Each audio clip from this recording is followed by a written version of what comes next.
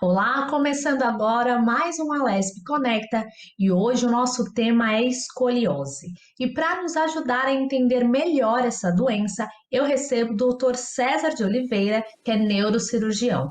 Dr. César, seja muito bem-vindo ao nosso programa e muito obrigada pela presença. Obrigado pelo convite, Amanda. E é sempre bom a gente poder ter um espaço para poder informar e orientar as pessoas. Doutor, para começar o nosso bate-papo, queria que o senhor explicasse para quem está nos acompanhando o que é a escoliose. Vamos entender um pouquinho do porquê um neurocirurgião falando de escoliose, né? Há muito tempo atrás, só ortopedistas falavam de escoliose. E de um tempo para cá, a Associação Norte-Americana de Cirurgia de Coluna já começou a juntar os ortopedistas, os neurocirurgiões, fisiatras, fisioterapeutas. E essa integração fez com que a gente entendesse um pouco mais sobre os mecanismos da escoliose. Então hoje você tem neurocirurgiões tratando de escoliose e ortopedistas tratando de escoliose, mesmo aqui no Brasil, onde a gente tem a Sociedade Brasileira de Coluna. Tá? O que seria uma escoliose? Nada mais é do que uma deformidade da coluna. Então aquela pessoa que anda torta tem escoliose, não necessariamente tem uma escoliose, mas é aquela coluna torta, comumente chamada de coluna torta, que pode ser em S ou pode ser em C. A gente vai falar durante o bate-papo aqui sobre algumas peculiaridades da escoliose, mas é comumente chamada de coluna torta. E, doutor, quais são os fatores que podem fazer com que uma pessoa desenvolva a escoliose? Neste caso, a genética é um ponto importante? A genética com certeza é um ponto importante. As pessoas já vêm com algum defeito de fábrica, que a gente às vezes fala, né, com uma alteração do código genético, que pode provocar essa escoliose, que num determinado tempo pode provocar essa escoliose. Então isso pode acontecer por uma carência genética, etária. Então isso pode ser. Tá? Então nem sempre é aquela mãe que fala para o filho, olha, você está andando torto, a mochila está pesada, que causa escoliose. Aquilo já vem com uma mensagem genética que ele pode ter escoliose. O senhor falou de algumas peculiaridades da escoliose que nem sempre aquela pessoa que anda torto tem a escoliose. Queria que o senhor explicasse um pouquinho melhor essa parte para que as pessoas que estão nos acompanhando possam entender. Vamos lá, nem todo defeito postural é uma escoliose. A escoliose é determinada por uma rotação da coluna vertebral. Então a coluna ela não entorta para o lado, ela roda sobre o próprio eixo. É como se uma vértebra estivesse rodando na outra.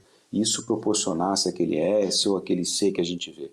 Às vezes a pessoa tem um defeito no quadril, às vezes a pessoa tem um defeito no tamanho das pernas, e isso faz com que ela ande torto, quando ela tem uma postura inadequada. Ou às vezes até um vício postural, as pessoas se posicionam de maneira diferente. Então nem todo mundo que você vê na rua você vai achar, não, essa pessoa tem escoliose. Não necessariamente isso acontece. Mas o que a gente vê é que todo o vício de postura hoje, a pessoa, não tem escoliose. Não, vamos analisar. Isso é bom ser analisado por um especialista.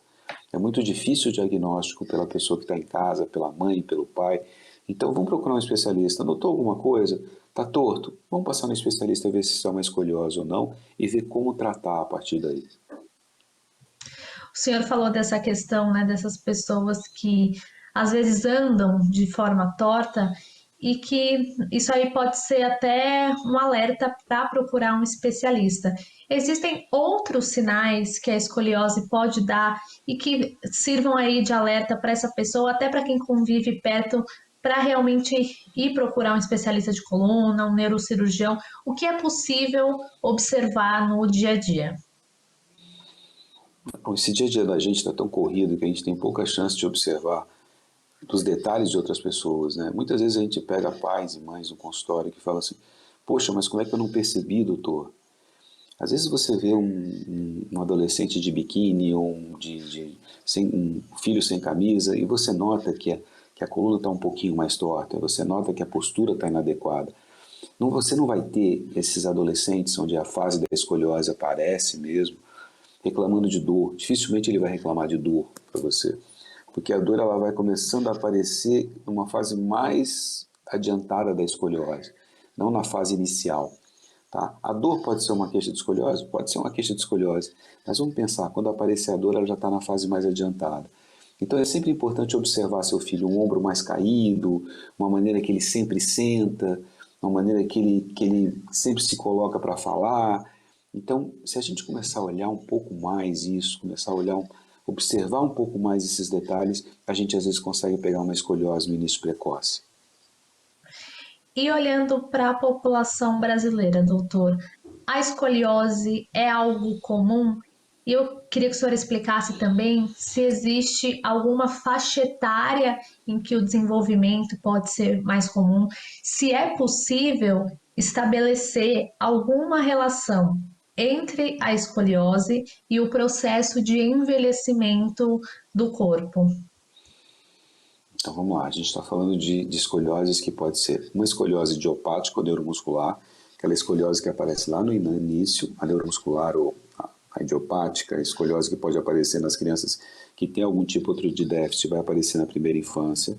A escoliose que é mais comum em adolescentes, que é uma escoliose que a gente vai notar que vai aparecer lá na fase na menina na primeira menstruação, no menino entre os 12 e 13 anos. Então essa é uma fase que aparece a escoliose. Quando a gente faz o diagnóstico precoce é muito mais interessante tratar, os resultados são muito melhores. E daí a gente vai ter a escoliose degenerativa, que aí já vai lá para outra ponta, que é com o envelhecimento das pessoas. A escoliose degenerativa geralmente é uma escoliose que as pessoas vão perdendo a altura do disco vertebral, vai tendo um desgaste maior. Isso sim pode acontecer nas pessoas que adquiriram vício de postura por muito tempo. Então elas vão desgastar mais um lado que do outro. Vamos pensar como se fosse um sapato que você usa e que você pisa torto, ele gasta mais de um lado que do outro. Isso acontece com a sua coluna. Quando você usa ela de uma maneira errada, ela vai gastar mais de um lado que do outro. Isso faz com que lá no futuro você pode ter uma escoliose também. São escolioses diferentes e diferentes os tratamentos. Tem a escoliose degenerativa, que está lá na frente, que vai aparecer com o envelhecimento da coluna, e tem a escoliose do adolescente, que é a escoliose que vai aparecer na formação dele aqui atrás, logo na adolescência mesmo, entre os seus 12 e 13 anos, que a gente vai ter o ictus dela, onde ela mais cresce, onde ela vai mais desenvolver, que junto com o desenvolvimento do próprio adolescente. Como o senhor explicou, né, existem diferentes tipos de escoliose que podem aparecer também em diferentes idades. Queria que o senhor explicasse um pouco a respeito do diagnóstico, né? Como é que essa escoliose é identificada nos adolescentes e também nas pessoas que têm mais idade. O diagnóstico nos adolescentes ele vai principalmente da observação dos pais. Como eu falei para você, esses adolescentes eles são muito flexíveis, eles vão acabando adquirindo novas curvas e se adaptando a essas curvas. Então eles não se queixam de dor, eles vão levando o dia a dia e nem limitação.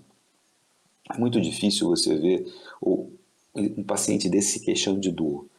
Normalmente, se você vai vendo ele mudando de hábito, ele começa a usar blusa com capuz, e dificilmente uma menina vai querer usar uma blusa de alcinha, porque uma mama está maior que a outra, porque ela inclina o corpo um pouco mais para frente do que o outro lado. E você vai ver principalmente o menino usando blusas de capuz, porque tampa a giba, porque forma aquela corcunda que todo mundo chama, então ele consegue encobrir aquilo. Então você vai ver mudanças de hábitos nos adolescentes e que você tem que ficar de olho. Geralmente quem faz o diagnóstico, quem faz um alerta são os pais, que chegam para a gente e falam, olha, eu estou notando meu filho torto, eu estava na praia, minha filha colocou um biquíni, eu achei essa diferença, eu estou comprando roupa, mas não ajusta para eles. Então, a gente consegue ver que a resposta quem faz esse primeiro diagnóstico, nos adolescentes principalmente, são os pais. Dificilmente não passa por isso. O pai nota, leva para um ortopedista, ou leva para um especialista e é feito o diagnóstico. Já no paciente com uma certa idade ou com envelhecimento da coluna, esse diagnóstico é feito por dor.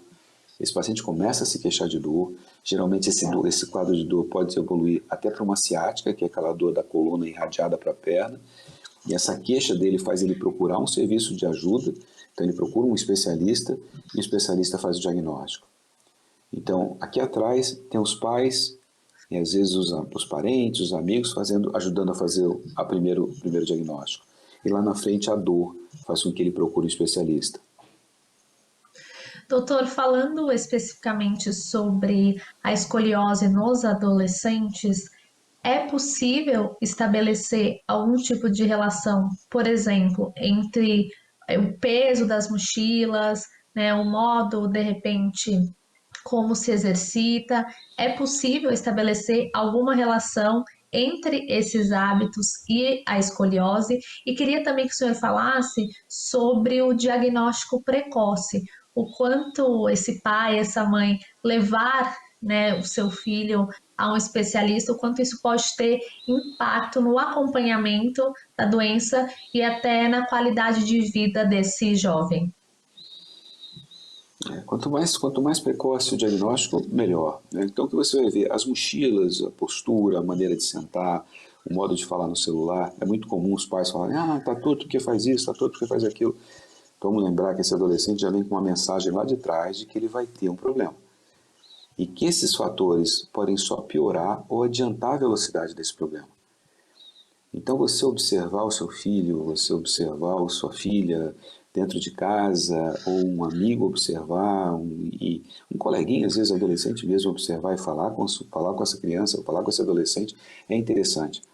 Tá bom? Então, nisso, encaminhar um especialista, que o especialista vai poder fazer o diagnóstico. A partir do exame físico, ele já consegue fazer o diagnóstico. A gente olhando o paciente, a gente consegue fazer o diagnóstico. Então, às vezes, a gente olha que uma cintura está maior de um lado do que do outro, um ombro está mais alto do que o outro. E a partir desse diagnóstico, você vai determinar o tratamento. Se usa colete? Ainda se usa colete. Pode-se usar colete por um período, pode tentar só mudança de atividade, mudança de hábito. E é importante, a partir do primeiro diagnóstico, você fazer um acompanhamento para saber se essa curva vai evoluir, se ele vai continuar ficando torto, ou se você conseguir parar a evolução dessa curva e essa criança começar a crescer reto. Vamos pensar como se fosse uma planta, um exemplo bem simples, mas de uma planta que você coloca algo para apoiar para que ela cresça reto, funciona mais ou menos da mesma maneira, porque esse osso ainda está muito molinho. Então, se você conseguir dar um guia para esse osso, melhor. Quando se passa de um determinado ponto, que a gente fala que são os 40 graus de curvatura dessa coluna, aí você começa a pensar no tratamento cirúrgico. E o tratamento cirúrgico na escoliose é curativo. A gente consegue chegar, às vezes, a zerar essa curva, a chegar à curvatura normal com o tratamento cirúrgico. Queria que o senhor explicasse um pouco mais, doutor, sobre essa questão dos tratamentos. E eu ia até perguntar justamente sobre isso que o senhor acabou de colocar, sobre os casos, né? Se existe então a possibilidade de um paciente diagnosticado com escoliose de necessitar de uma intervenção cirúrgica e o quanto isso pode trazer qualidade de vida. Queria que o senhor explicasse um pouquinho mais sobre isso, porque eu acho que essa questão sobre coluna especificamente sempre traz muitas dúvidas para as pessoas com relação ao tratamento, se é possível realmente melhorar o quadro. A gente tinha muito medo da cirurgia de coluna, né? Então, eu passei por várias fases de cirurgia de coluna, eu tenho quase com 30 e poucos anos de formado, então a gente passou por vários estágios da cirurgia de coluna. Hoje a cirurgia de coluna é muito segura, é uma cirurgia de coluna que visa justamente isso que você estava falando, Amanda, que é proporcionar qualidade de vida para o paciente.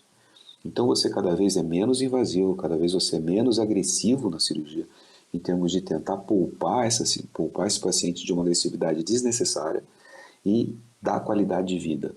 A cirurgia proporciona qualidade de vida para esses pacientes. Eu tenho pacientes que jogam vôlei operado de escoliose, tenho pacientes que jogam futebol, tenho pacientes que fazem natação, tem vida normal.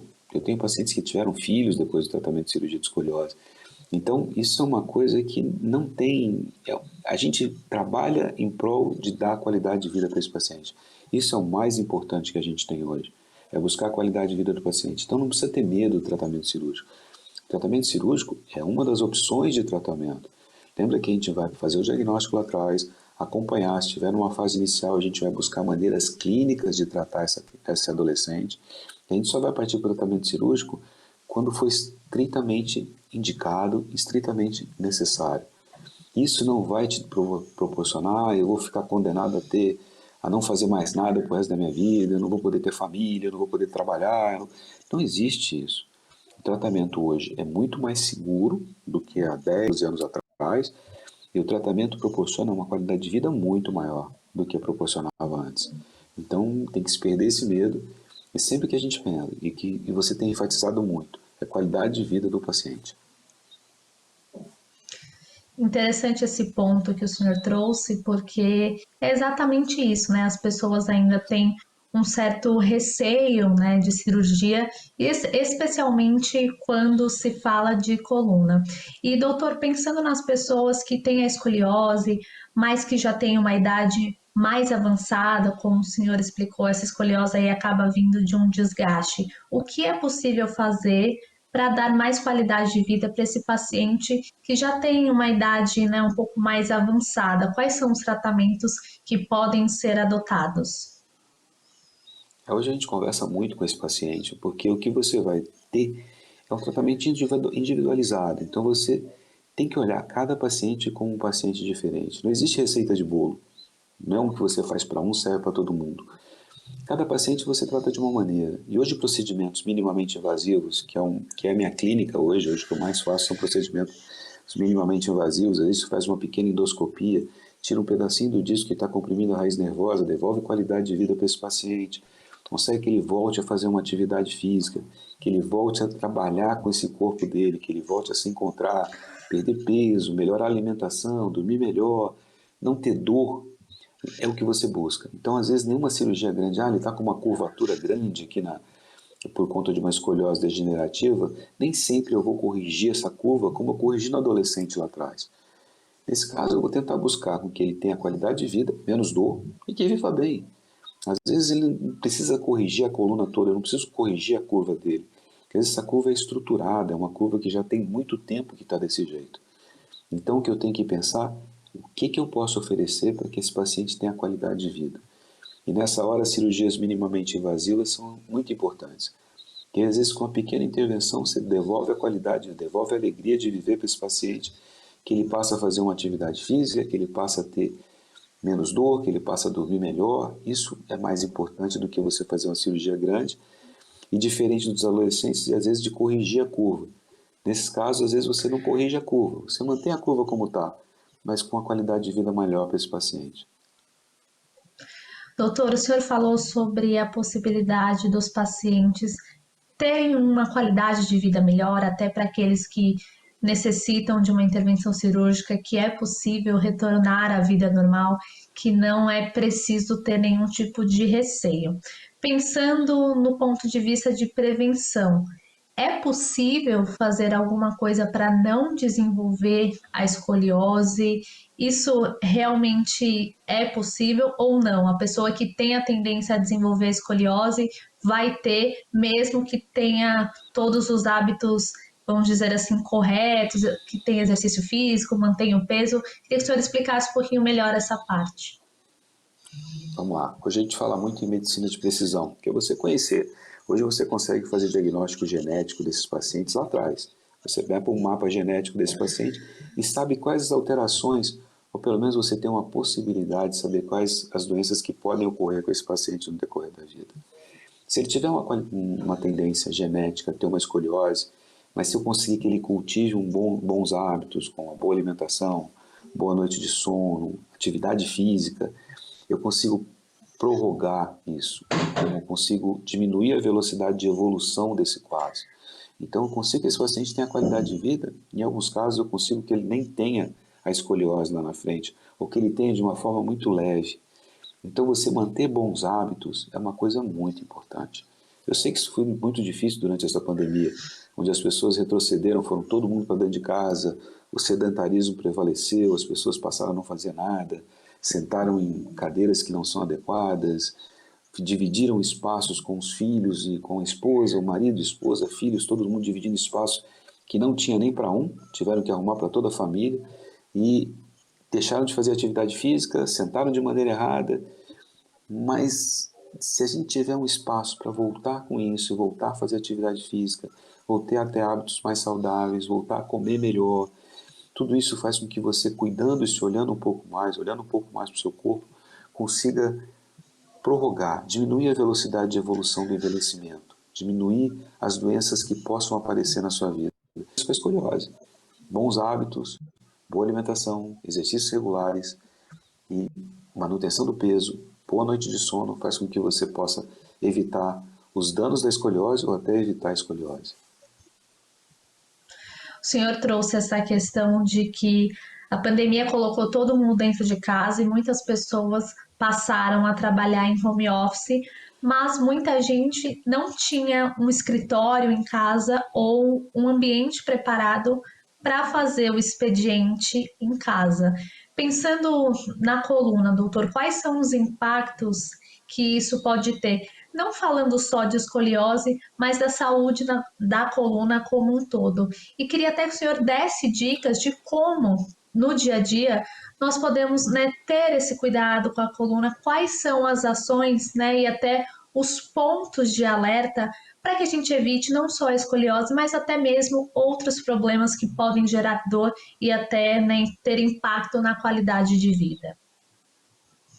Tá, isso é muito importante a gente entender que não é porque a gente mudou o ambiente que a gente vai ter que se castigar por isso. A gente pode mudar algumas coisas. Eu tenho pacientes que atendem em cadeira de ferro de bar, trabalham em cadeira de ferro de bar porque não tem mais espaço dentro de casa. Como que eu vou lidar com isso? Como que eu vou pedir para uma pessoa dessa mudar completamente? Essas cadeiras de escritório são extremamente caras para as pessoas poderem ter em casa. Então a gente vai trabalhar com o que eles têm. Não dá para ficar muito tempo sentado. Se eu ficar mais de 40 minutos sentado, o meu disco começa a sofrer. E, consequentemente, eu começo a ter dor nas costas. Aquela dor baixa, que fica bem na parte de baixo da coluna mesmo, que a gente chama que é a coluna lombar, e ali causa muita dor por ficar muito tempo sentado. Então, eu peço para esses pacientes colocarem um aviso, levantar a cada 40 minutos. Não precisa sair da frente do computador, pode ficar na frente do computador mesmo, ponta do pé, ponta do calcanhar. Faz uns exercícios por 2, 3 minutos e volta à sua atividade. Isso é suficiente para mim aliviar a pressão do disco. Dá uma olhada na sua postura quando estiver na frente do computador ou quando estiver fazendo o seu trabalho em casa. Pede para alguém olhar, ver se você não está muito torto, se você não está muito arcado. O telefone celular é uma coisa que acaba complicando um pouquinho também a postura das pessoas. Dá uma olhada no quanto você fica curvo para falar no celular. Se possível, levante o seu monitor. Bote o seu monitor numa altura mais compatível com sua visão, mais na altura dos seus olhos. Veja alguma coisa em casa que você consegue colocar aí em cima. Então, a gente tem trabalhado com esses pacientes para tentar aliviar os sintomas e tentar aliviar os hábitos que eles adquiriram ruins, tentar trazer para hábitos melhores. Tentar fazer atividade física dentro de casa, chama os filhos, chama tentar fazer alguma coisa, uma atividade de uma flexão, um abdominal, vamos trabalhar um alongamento. Então tudo isso a gente tem conversado. É uma situação difícil, é uma situação de pandemia mesmo, e que as pessoas têm que tentar ajudar um ao outro. Eu não vou ter as melhores condições para tratar, como eles não têm as melhores condições para serem tratados. Então a gente tem que buscar os meios que a gente tem para tentar ajudar essas pessoas. Doutor, e falando um pouquinho mais da prevenção, existe uma regularidade que é indicada para que as pessoas procurem um especialista de coluna? Existe aí, como é que a gente pode fazer esse acompanhamento? Existem exames que podem ser feitos, de repente até para ver como é que está a saúde da coluna. Queria que o senhor falasse um pouco disso, porque a gente não ouve muito, né, falar sobre essa questão de cuidar da saúde da coluna, de observar. O que que a gente pode fazer nesse sentido? Vamos lá, a gente pede para que as pessoas se exercitem, que façam algum tipo de atividade física, saem do sedentarismo. O ideal é que se faça um check-up anual de como está a sua coluna, de como está a sua saúde óssea. Então, esse check-up anual ele vai sendo anual até a adolescência, o jovem, e depois ele passa a ser um acompanhamento um pouquinho mais de perto, principalmente nas mulheres pós-menopausa e nos homens após os 50 anos, onde você pode ter alguns casos de osteoporose, onde as deformidades começam a aparecer. Então, 6 meses, um ano, é bom quando você faz um check-up com uma mulher com ginecologista, ou com cardiologista, os homens com cardiologista, ou com urologista, passar por um médico especializado em coluna, faz um check-up anual. Por que não podemos prevenir essas dores antes dela aparecer? É muito importante isso. Às vezes o que você está fazendo achando que é certo, não está funcionando tão bem para a sua coluna. Eu tenho muitos pacientes que fazem algumas atividades que não são compatíveis com o estilo de vida deles. E nunca pensar pelo caminho mais fácil. Ah, não, vou fazer essa dieta mágica, essa dieta milagrosa porque serviu para o meu vizinho, isso vai servir para mim. Ah, não, vou fazer uma atividade física que o meu vizinho vai estar fazendo porque também é boa para mim. Ah, eu vi isso no Google que é ótimo, vou fazer para mim. Consulta especialista. Às vezes realmente é ótimo para você, a gente vai falar, não, segue esse caminho, que está indo muito bem, mas às vezes pode te prejudicar muito, como alguns casos que a gente pega no consultório, de pacientes que fazem atividade física errada, fazem dietas inadequadas e acabam se prejudicando muito. Doutor César, quero agradecer a participação no Alesp Conecta de hoje por trazer um tema tão importante e deixar aqui alertas para o nosso público. Muito obrigada pela participação. Tá, eu espero que possa ter sido útil e eu estou à disposição de vocês para todo e qualquer esclarecimento, porque eu acho que isso é sempre importante quando a gente divide com as pessoas o que a gente sabe e aprende com as pessoas também. Esse foi o Alesp Conecta de hoje falando sobre escoliose. Você pode acompanhar todos os conteúdos produzidos pela Rede Alesp acessando o nosso canal no YouTube. Muito obrigada pela companhia e até o nosso próximo encontro.